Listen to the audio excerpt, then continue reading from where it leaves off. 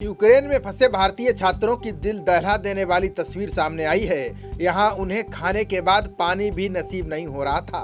भूख और प्यास से मरते भारतीय छात्र प्यास बुझाने के लिए जमीन पर गिरा हुआ बर्फ इकट्ठा करने को मजबूर हैं। यूक्रेन से लौटे ग्रेटर नोएडा के हितेंद्र और बुलंदशहर के छात्र नितिन शर्मा के चेहरे पर आप बीती सुनाने के दौरान खौफ का मंजर साफ झलक रहा था। यूक्रेन में एमबीबीएस की पढ़ाई कर रहे तुगलपुर गांव निवासी हितेंद्र के वतन वापसी के बाद घर में खुशियों का माहौल है। हितेंद्र इतने थके हुए थे कि 4 कदम भी चल नहीं पा रहे थे। हितेंद्र ने हमारे संवाददाता कैलाश चंद को बताया कि यूक्रेन में हालात काफ़ी बिगड़ चुके हैं। छात्रों को बंकर में रहना पड़ रहा है। खाने पीने के इंतजाम नहीं है। कई दिनों तक खाना नसीब नहीं हुआ। 3 दिन बिस्किट और पानी पीकर किसी तरह बंकर में रात गुजारी। वो आर्मी बेस ही है। तो अगर हम बाहर भी निकलते तो यूक्रेन आर्मी जो यूक्रेन वाले लोगों को कुछ नहीं कहती, जो बाहर के जैसे फॉरेनर्स हम इंडियन से, तो हम लोगों को गन पॉइंट पे रख लेते थे। यूक्रेनी आर्मी? हाँ, यूक्रेन आर्मी। अच्छा, तो कहीं कोई रशियन फोर्स से सामना हुआ आपका? रशियन फोर्स से सामना नहीं हुआ अभी की। अच्छा, जिस तरह की मारपीट के मामले सामने आए थे मारपीट की ये मामले जहाँ तक उस तरफ आए जहाँ हमें ज़्यादा ज़रूरत थी वहाँ से निकलने की, जहाँ रश ज़्यादा था। हम लोग 2 दिन रेलवे स्टेशन पर फंसे रहे। इसमें काफ़ी मुश्किलें हुई। हम लोग चाहते थे कि पहले हमारे जो ग्रुप है उसमें गर्ल्स थी ज़्यादा, कि हम पहले गर्ल्स को ट्रेन में बढ़ाएं, फिर तब बाद में हम बढ़े। अगर हम गर्ल्स को बढ़ाते हैं तो वो उन्हें बढ़ा लेते, लेकिन हमें नहीं बढ़ाते। बट हमें फिर उन्हें उतारना पड़ता है क्योंकि उन्हें रास्ता नहीं पता। और फिर जैसे हम लोग चढ़ने की कोशिश करते हैं, वो पुलिस जो सिक्योरिटी है ट्रेन की, वो हमें उतार देती है और चढ़ने नहीं देती है। इसी चक्कर में 2 दिन लग गए। हम 2 दिन से ट्रेन में ही? हाँ, ऑनलाइन बॉर्डर हम रात के 2:30 बजे पहुँचे और जहाँ हमारा 6:30-7 बजे तक सब कुछ क्लियरेंस हुआ। वहाँ पूरा खाली था, लेकिन जैसे हमारे कुछ लोग पहले चले गए थे 1 दिन पहले, तो उन लोगों को 22-22 घंटे, 24-24 घंटे, 18-18 घंटे लाइन में खड़ा होना पड़ा। वहाँ पे यूक्रेनियन जो लोग हैं वो भी ज़्यादातर लोग थे, तो उन लोगों को आराम से हो रहा था क्योंकि उनके देश की कुछ आपसी बात है। लेकिन हम लोगों को इतनी फैसिलिटीज़ प्रोवाइड नहीं थी। हम लोग लाइन में ही खड़े थे। काफ़ी सारे लोगों को परेशानी भी झेलनी पड़ी। हमारे जो ग्रुप में उसमें कम से कम 3-4 लड़कियाँ तो अनकॉन्शियस हो गई थी। तो जैसे वीज़ा या पासपोर्ट वगैरह उसकी चेकिंग हुई होगी?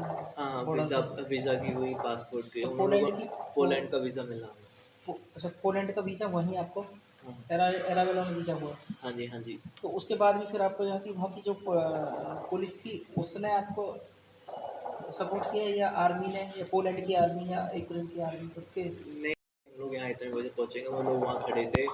पूरा जब वीज़ा सब क्लियर हो गया, उस जहाँ पे हमें वीज़ा मिला था उस बॉर्डर के बाहर, इंडियन एम्बेसी? Indian embassy. फिर अच्छा, वहाँ वो से आपको वहाँ प्रॉपर मिले? हाँ, हाँ, वहाँ पे 2-3 लोग थे इंडियन एम्बेसी के और उनकी बस थी। फिर वहाँ से हम गए। 2.5-3 घंटे का बस का सफ़र था वहाँ से होटल का। वहाँ रुके, हम खाया पीना खाया और 1.5-2 घंटे बाद फिर मेरी फ्लाइट मैंने लगवाई। फिर वहाँ अच्छा, इस बीच में आपके खाने पीने की जो व्यवस्था थी वो कैसी थी? हम लोग दिन में सिर्फ एक बार खाते थे। सीनियर सिर्फ हमें देते थे खाना। वो हितेंद्र ने दर्दनाक मंजर की दास्तां सुनाने का सिलसिला जैसे ही शुरू किया, समीप बैठे पिता राजवीर सिंह का गला भर आया। बेटे के दर्द की बात सुनकर उनके टपकते आंसू साफ बयां कर रहे थे कि परिवार बेटे के लिए कितने सदमे में रहा होगा। आपके बच्चे आपके घर पे आ गए हैं, आप किस तरह फील कर रहे हैं, और आपके बच्चे को लाने के लिए यहाँ तक आपको क्या क्या डिफिकल्टी आपने? हमें पता चले कि यूक्रेन में लड़ाई चल रही है 16-17 तारीख में पता चला। तो 16-17 तारीख में पता चला कि ये दिक्कत आ रही है। तो हमने अपने बेटे से कहा कि काम को टिकट करा लो। तो 18 तारीख में हमने लड़के ने टिकट किया, हमारे ने बेटे ने। 2 तारीख का टिकट फ्लाइट का हुआ। उसके बाद में 2 तारीख का टिकट होने के बाद में इनका टिकट कैंसिल कर दिया, फ़्लाइट कैंसिल हो गई। उसके बाद में बहुत ज़्यादा दिक्कत आई, बहुत परेशानी आई। हम रोज़ ना टीवी चैनलों पर देख रहे कीव में इतने की लड़ाई हो रही।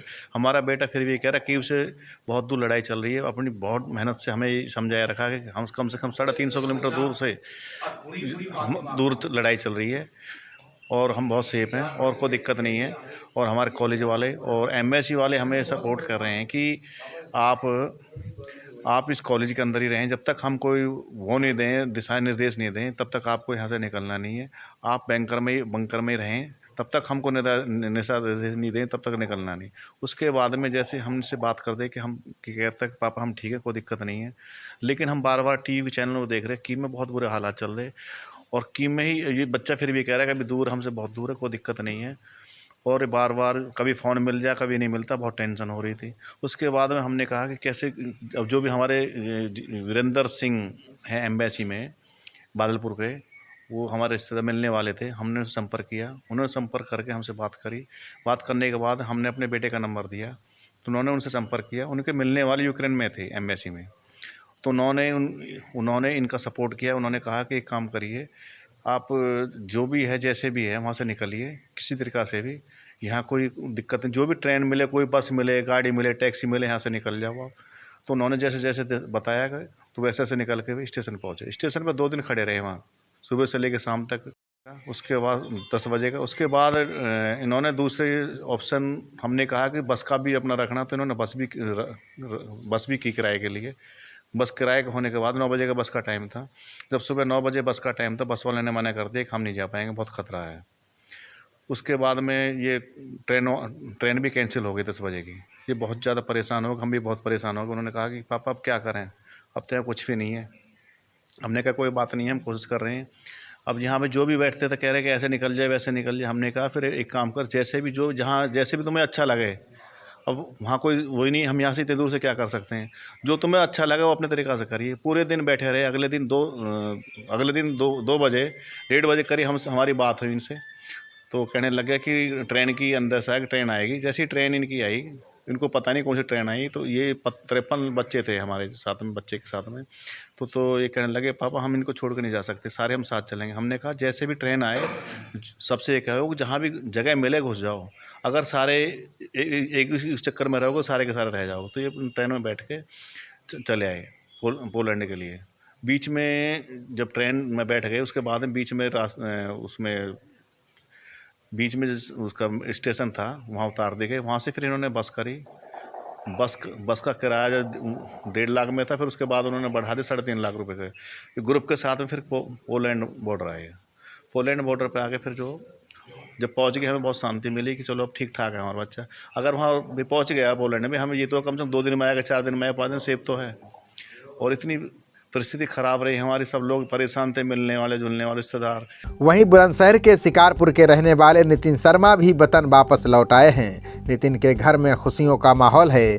नितिन ने भी आप बीती सुनाई। उन्होंने बताया कि 24 तारीख के बाद आज तक वो रात में सो नहीं पाए। रात में हमेशा हमले का डर रहता था।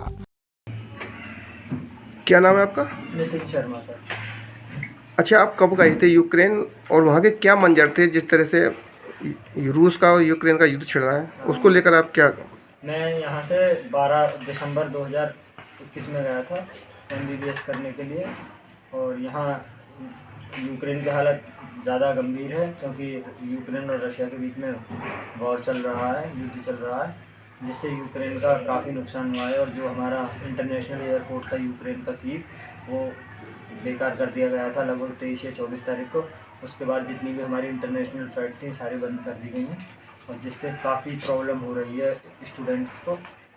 आपके सामने क्या समस्या आई? मेरे सामने वहाँ लगभग प्रॉब्लम ये थी कि 23 तारीख के बाद जब इंटरनेशनल एयरपोर्ट बंद कर दिया गया, हमारी सारी फ़्लाइटें रद्द हो गई, तो हमें इंडिया आने में काफ़ी ऐसा लगा कि अब प्रॉब्लम हो जाएगी। तो जिसके बाद सारे बच्चे जो थे, हम वहाँ काफ़ी बच्चे थे, तो आधे बच्चे वहाँ भेजे गए थे रोमानिया बॉर्डर के थ्रू। तो रोमानिया में लगभग 2000 बच्चे तो आसानी से चले गए। उसके बाद डायरेक्ट चले गए। उसके बाद प्रॉब्लम आई थी कि रोमानिया बॉर्डर पर अदर यूनिवर्सिटी और अदर कंट्रियों के बच्चे भी जाने लगे इंडिया के साथ। तो उन्होंने क्या किया कि बॉर्डर पर ही सील कर दिया, उन्होंने बॉर्डर रोक दिया कुछ टाइम के लिए, हल्के से टाइम के लिए। तो वहाँ बच्चे लगभग 6-7 हज़ार हो गए, जिससे बॉर्डर रुका। तो उससे हम नहीं जा पाए लगभग 26-27 तारीख को। और 27 तारीख की रात को हमारे ऊपर से रशिया के वॉर फाइटर जो थे, फाइटर प्लेन वो उड़े थे, जिससे बच्चों को भी दिक्कत हुई, जिसकी वजह से हमें बंक में रहना पड़ा लगभग 2 घंटे, और हमें काफ़ी उसमें प्रॉब्लम सी हुई। उसके बाद फिर हम आए तो 28 तारीख की सुबह को ही वो हमने 27 की रात को अपना तिरंगा देश का झंडा लगाया और उसके बाद सीनियर्स ने बात की थी वहाँ रशिया और इंडियन एम्बेसी से, तो उससे वो हम फाइटर प्लान हटाए गए। चन्नी के यहाँ स्टूडेंट है। वैसे गवर्नमेंट ने रशिया की ने कहा था कि आप 6 घंटे में इसे खाली कर दो, पर हम खाली करके जाते था क्योंकि बॉर्डर पर पहले से ही 3-4 हज़ार बच्चे थे और वहाँ -15 डिग्री टेम्परेचर था, तो इस वजह से हम गए नहीं और जिससे फिर ये हमें बंकर में रहना पड़ा। और जिसके बाद फिर रशिया ने भी हमें बहुत हिंट दी उसमें। उसके बाद अब तो फ़िलहाल वहाँ से फिर हम रोमानिया आए। रोमानिया हम 3 से 4 दिन रुके, उसके बाद फिर इंडिया आए मुंबई एयरपोर्ट तक, और उसके बाद फिर हम तो अपने घर कब वापस आए हैं? मैं अपने घर कल आया हूँ 4 बजे, करीब 4 से 5 बजे लगभग। नितिन शर्मा के पिता मनोज शर्मा ने बेटे की वापसी पर भारत सरकार का शुक्रिया अदा किया है। क्या नाम है आपका? मनोज कुमार शर्मा। अच्छा, आपके बेटे कल आपके घर वापस आ गए, तो आप कैसा महसूस कर रहे हैं? बहुत बड़ी खुशी है। सरकार के लिए धन्यवाद देना चाहते हैं? बहुत बहुत धन्यवाद मोदी जी के लिए। और क्या कहना चाहते हैं? मोदी जी की देन है जो हमारे बेटे वापस आ गए। उससे पहले घर में कैसा माहौल था जब बेटा वापस नहीं आया? 10 दिन बहुत कर्रे गुजरे थे, रात को दिन को नींद नहीं होती। तो आपने भी अपनी कहीं गुहार लगाई थी अधिकारियों से या देश के प्रधानमंत्री से? जी गुहार लगाई थी जी। आज 3 दिन पहले एचएम साहब भी आए थे मेरे घर पर, उनसे ही मैंने निवेदन किया था मेरा बेटा कैसे ही वापस आ गया। वो भी सांत्वना देख गए थे, आप चिंता न करें आपका बेटा आएगा। तो अब बेटा आपका वापस आ चुका है, तो घर में कैसा माहौल है अब? बहुत बढ़िया, बहुत खुशी का माहौल है। नितिन शर्मा की माता ने भी भारतीय दूतावास से सहयोग मिलने के लिए भारत सरकार की तारीफ की है। क्या नाम है आपका? नीरा शर्मा। अच्छा, आपके बेटे वहाँ यूक्रेन में फंसे हुए थे, अब वो घर वापस आ गए, तो आपको कैसी खुशी महसूस हो रही है? और क्या कहना चाहते हैं? जब बेटा वापस नहीं आया था तो किस तरह का घर में माहौल था, क्या परेशानी? बहुत दुखी। तो सरकार से आप लोगों ने अपील की, तो आप सरकार के लिए कुछ कहना चाहती हैं? खबरों का सिलसिला जारी रहेगा, देखते रहिए जनप्रवाद। नमस्कार।